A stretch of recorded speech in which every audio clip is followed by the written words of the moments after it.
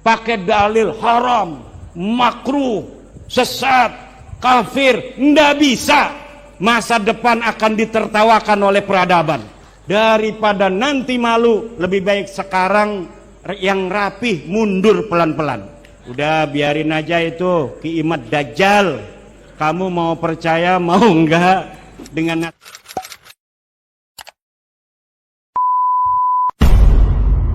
menjelekkan Sayyidina Hakim Muqaddam. Loh, apakah betul dia mengatakan dan mengakui? Dan bahasanya, narasinya apa? Waktu beliau ngomong apa? Kecuali saya memandang dengan kebencian dengan kelompok Sayyidina Hakim Muqaddam. Wah, ini dusta dan sebagainya. Penyebaran Islam di Nusantara diklaim oleh mereka. Makam-makam berkeramat diklaim oleh mereka. Kita pengen tahu keramatnya mana? Keramat apa? Keramat dan khurafat itu beda, Pak. Bukankah sering kita dengar ulama cerita Isra Mi'raj yang dilakukan Nabi adalah menghadap kepada Allah dalam Isra Mi'raj, dan itu hadiah buat kita, sehingga seorang muslim sehari tidak kurang berisra Mi'raj 5 kali, yaitu dengan sholat. Loh, ini bukan pembelaan kepada Sayyidina Hakim Muqaddam dan sebagainya. Kita membela kebenaran. Apalagi kalau kita mendengar ceramah-ceramah orang yang ngaku keturunan Nabi tapi kemudian membuat hoax, muncul ajaran-ajaran khurafat itu dari mereka yang mengaku keturunan Nabi, bahwa ada leluhur mereka yang sanggup mi'raj satu malam 70 kali. Bayangkan, menemui Gusti Allah 70 kali satu malam. Nabi itu seumur hidup hanya satu kali. Ngomong apa itu? Tidak mungkin lah kita percaya. Kalau Anda tidak percaya, kalau itu Sayyidina Hakim Muqaddam ngomong apa kira-kira? Bukunya di mana bunyi? Siapa yang menukil cerita ini? Bisa jadi ada dimasukkan sesuatu yang berlebihan, bisa jadi. Sementara telah disepakati adalah seorang alim besar Sayyidina Hakim Muqaddam. Kalau ada berita yang aneh-aneh, bisa saja. Kan banyak dikatakan oleh para ahli tasawuf, alangkah banyaknya al-madbu', seorang imam rusak gara-gara atba' pengikut. Berlebihan. Ayo. Ahli nasab di Indonesia yang ahli betul saya tidak tahu. Karena ini ilmu yang sangat jarang. Yang saya tahu dan sangat populer adalah Kiai Haji Imaduddin. Luar biasa. Terserah benar setuju atau tidak setuju bahwa secara akademik ilmiah itu dahsyat sekali. Nih ada keramat, ada khurafat. Kalau keramat, orang waliullah, kelihatan nama orang keramatnya, bisa jalan di air. Banyak yang menyaksikan. Terus ditulis oleh saya yang menyaksikan bersama-sama orang tuh. Jangan menjelekkan Abdul Qadir Jalil pada saya pikir Muqaddam. Dia membawa cerita itu barangkali. Kemudian maksudnya 7 kali Isra Mi'raj itu seperti apa maksudnya? Atau hanya mungkin dia sholat 27 kali? Karena sholatnya seorang hamba adalah seperti Isra Mi'rajnya Nabi, dalam arti saat itu menghadap khusus kepada Allah dengan at-tahiyatul mubarakatuh. Mungkin kita tidak tahu seperti itu. Leluhur mereka bangkit membentak malaikat Munkar Nakir. Malaikat Munkar Nakir karena menyiksa orang yang dikubur di sebelahnya Habib ini. Kemudian sambat mengeluh rame malaikatnya bentak Melayu. Tidak mungkin lah malaikat kalah dengan orang alim sealim apapun, kecuali Rasul, dan Rasul tidak mungkin membentak, itu tidak mungkin. Jangan langsung gara-gara keramat yang aneh dinisbatkan pada Syekh Abdul Qadir Jalil kita bilang, "Oh, Qadiriyah enggak benar semuanya." Loh, Anda ini apa? Sayyidina Hakim Muqaddam, kemudian Aba Alawi semua. Syekh Alawi Al-Bantani Masya alal ma'i fi Bali. Ketika jalan-jalan di Bali, saya melihat bahwa Kiai Alawi berjalan di atas air. Itu namanya Kitabatul Karamah, menulis keramat para wal. Lah model manusia begini loh penghancur kerusahaan, buat kerusahaan. Habaib dicari omongan habaib yang enggak benar lalu diangkat lalu mengatakan habaib begini, doktrin tentang khurafat dan sebagainya. Kami belajar dengan habaib. Anda pun juga melihat apakah saya menghadirkan khurafat? Awas, keramat para wali itu yang ada yang hanya khurafat. Apa itu? Keramatnya nggak ada tapi dibohong-bohong. Saya itu sama membimbing puluhan dokter. Saya belum pernah ketemu orang yang meneliti sehebat Kiai Imaduddin. Itu dahsyat, luar biasa. Meneliti dari abad 3 Hijriah, kitab-kitab dilacak semuanya. Allah, saya kagum dengan ketelatenan, kemampuan, kemauan itu. Dan hasilnya ternyata teruji, valid itu siddiq itu. Syekh Tubagus Mogi bisa muncul dari sumur. Dia pergi ke Bali tidak melalui bandara, tidak melalui Banyuwangi.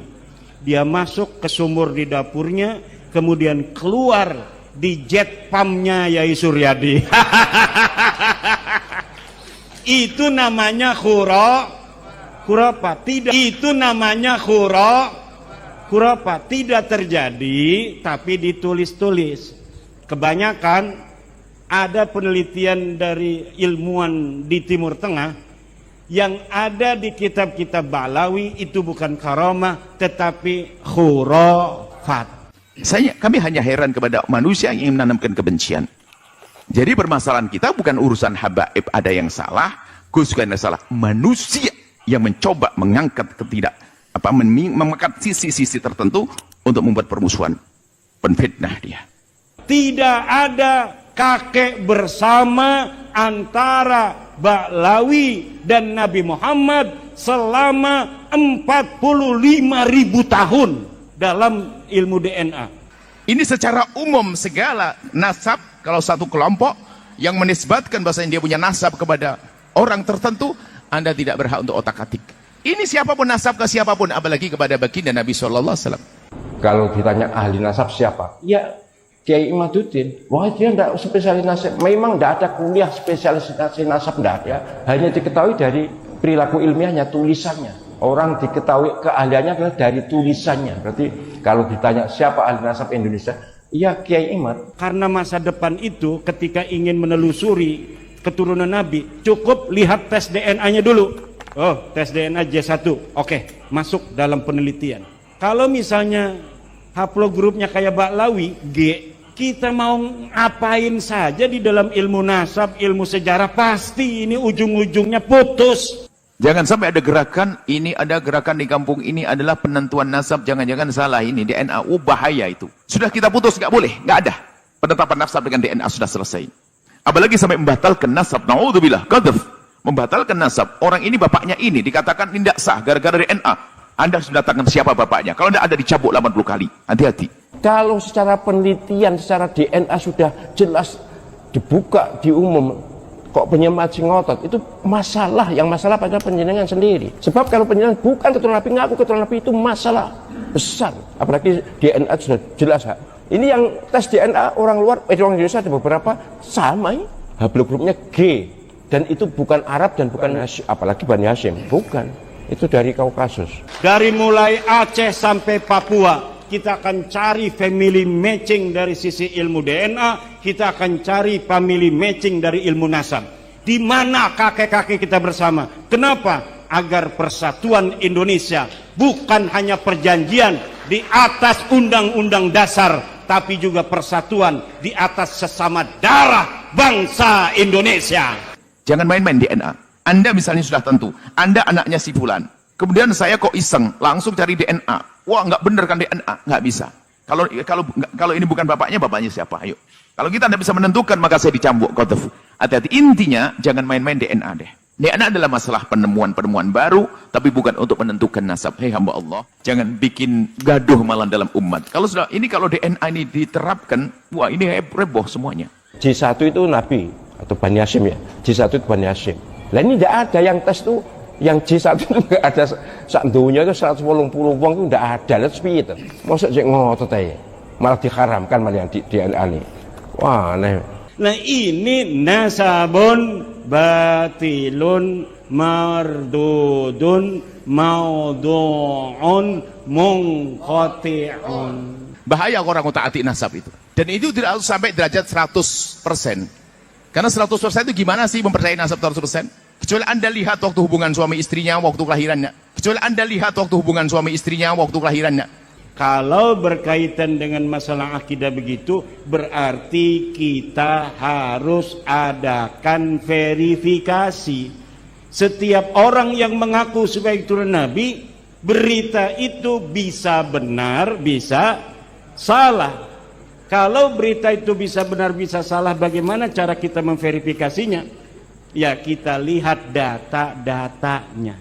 Bahkan dikatakan, para imam mengatakan kalau ada sekelompok orang, Anda mendengar, mengetahui dari keluarganya, mengatakan bahasanya dia punya nasab pada Rasulullah, cukup Anda percayai.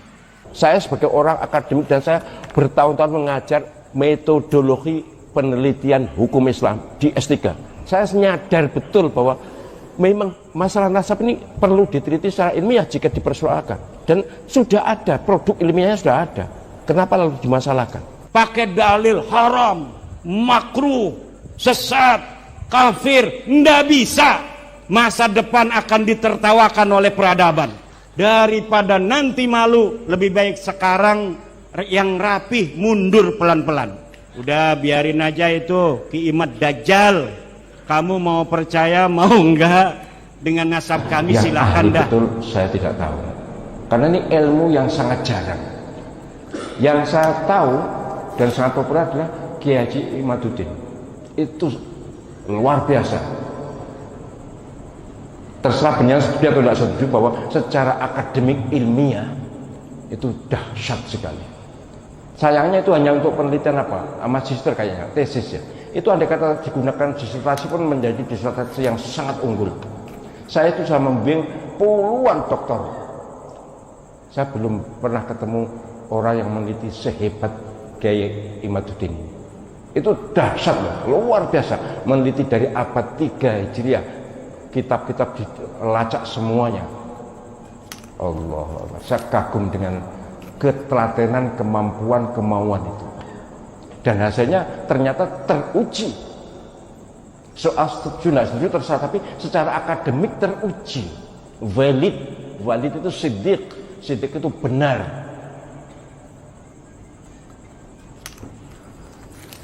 Jadi kalau ditanya ahli nasab siapa? Ya Kiai Imaduddin. Wah, dia tidak spesialis nasab. Memang tidak ada kuliah spesialisasi nasab, tidak ada.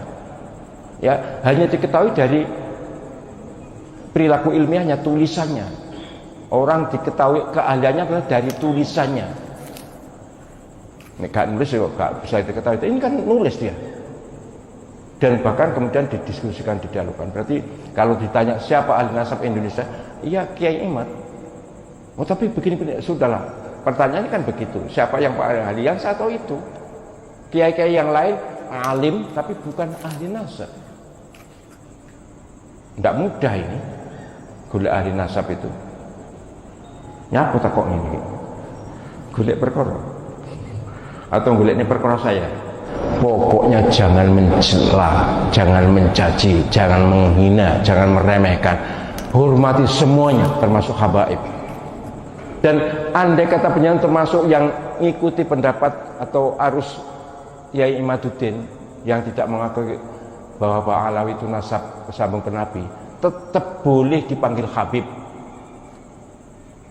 tetap harus dihormati, walaupun penjenengan tidak mengakui ketersambungan nasab Pak Alawi kepada Nabi. Memang ya kalau penjenengan mengikuti itu ya susah untuk tidak percaya. Saya sebagai akademisi jelas harus percaya secara akademik, tidak bisa dibantah. Perkara yang tidak setuju ya banyak, hal-hal yang tidak setuju banyak. Tapi ini penting untuk saya tegaskan, bagi saya itu gini yang terpenting itu. Sebenarnya yang paling berkepentingan itu para habaib. Lebih bagus tidak mengakui keturunan Nabi tapi keturunan Nabi daripada mengakui tapi bukan. Itu berbahaya sekali untuk keselamatan akhirat. Apalagi sudah ada beberapa yang mimpi tentang ini. Kalau saya takut ya, kalau saya takut tetap ngotot sebagai keturunan Nabi itu takut. Bahkan sebaiknya kalaupun keturunan Nabi sebaiknya tidak usah ngomong, itu lebih bagus. Ki bolak-balik tak sampaikan lagi. Ben blanger. Dalam Islam hati-hati, bahaya sekali nanti. Sebab kalau DNA itu nggak kenal akad nikah, biarpun nggak nikah, DNA bisa saja nyambung, nggak ada pernikahan. Sementara di dalam Islam ada namanya pernikahan yang sah. Jadi untuk dianggap ini keturunannya siapa adalah dengan pernikahan yang sah. Makanya menentukan nasab adalah dengan istifadhah. Misalnya di kampung itu sudah didengar bahwasanya si A anaknya si B, sudah. Jangan banyak tanya. Selagi orang ngomong itu anak saya, benar anakmu? Iya, selesai. Jangan bertanya ribut nikah kamu di mana dan Anda ini fudul, kurang ajar. Cukup dia mengatakan anak saya, selesai. Atau pengakuan atau di masyarakat sudah mengatakan oh anaknya fulan. Di kampung Anda sudah tahu bahwa Anda anaknya ibu Anda sudah tahu semuanya. Itu sudah cukup. Jangan sampai ada gerakan, ini ada gerakan di kampung ini adalah penentuan nasab, jangan-jangan salah ini, DNA, bahaya itu.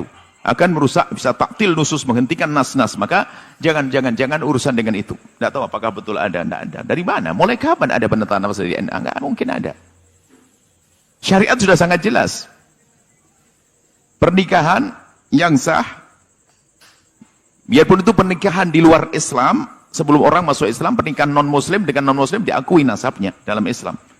Seorang Nasrani dengan Nasrani, pernikahan yang sah menurut agamanya, keturunannya dianggap sah. Jadi dengan pernikahan nanti yang benar. Atau mungkin masalah wati syubhat dan sebagainya, masalah ilhaqun nasab, itu karena penyambungan nasab. Yang jelas, DNA tidak bisa, dan itu bahaya sekali. Bahwa ini bisa merusak, na'udzubillah, bisa menjadikan orang meninggalkan syariat. Gara-gara ini. Belum lagi masalah DNA itu, sudah kita putus, nggak boleh, nggak ada. Penetapan nasab dengan DNA sudah selesai. Akan tapi kita melihat permasalahan DNA, bisa saja tentang alatnya mungkin tidak akurat, atau tidak benar, atau rusak, dan sebagainya. Kemudian orang yang menanganinya mungkin tidak jujur, dan sebagainya. Itu bisa jadi begitu, akan tapi tidak usah sampai ke situ deh. Anggap saja menangani jujur, benar, alatnya paling hebat, dan sebagainya, tetap tidak bisa untuk menetapkan nasab. Untuk qarinah tentang untuk satu hal sah, tapi untuk menentukan nasab tidak boleh. Apalagi sampai membatalkan nasab, na'udzubillah, qadhaf, membatalkan nasab. Orang ini bapaknya ini, dikatakan tidak sah, gara-gara DNA. Anda sudah datangkan siapa bapaknya? Kalau tidak ada dicabuk 80 kali. Hati-hati. Jangan main-main DNA. Anda misalnya sudah tentu, Anda anaknya si fulan. Kemudian saya kok iseng, langsung cari DNA. Wah, nggak bener kan DNA? Nggak bisa. Kalau ini bukan bapaknya siapa? Ayo. Kalau kita tidak bisa menentukan, maka saya dicambuk. Hati-hati. Intinya, jangan main-main DNA deh. DNA adalah masalah penemuan baru, tapi bukan untuk menentukan nasab. Hei hamba Allah, jangan bikin gaduh malah dalam umat. Kalau DNA ini diterapkan, wah ini heboh semuanya. Sementara, lihat, di dalam Islam itu ada tentang saksi, dalam urusan kejahatan, perzinaan, 4 saksi, banyak hal. Macam-macam, jadi harus hati-hati penentuan. Menafikan nasab pun dalam Islam harus hati-hati. Nggak gampang menafikan nasab. Dalam urusan li'an misalnya. Menafikan nasab, hati-hati. Menentukan nasab adalah ada rambu-rambunya. Maka ingat, kalau sudah kita yakini bahasanya orang itu nasabnya sambung, sudah. Anda jangan banyak tanya. Saya sebagai orang akademik dan saya bertahun-tahun mengajar metodologi penelitian hukum Islam di S3. Saya nyadar betul bahwa memang masalah nasab ini perlu diteliti secara ilmiah jika dipersoalkan. Dan sudah ada, produk ilmiahnya sudah ada. Kenapa lalu pakai masalah? Dalil haram, makruh, sesat, kafir, ndak bisa. Masa depan akan ditertawakan oleh peradaban. Daripada nanti malu, lebih baik sekarang yang rapih mundur pelan-pelan. Udah biarin aja itu Ki Imad Dajjal. Kamu mau percaya mau enggak dengan nasab kami, Ya. silakan.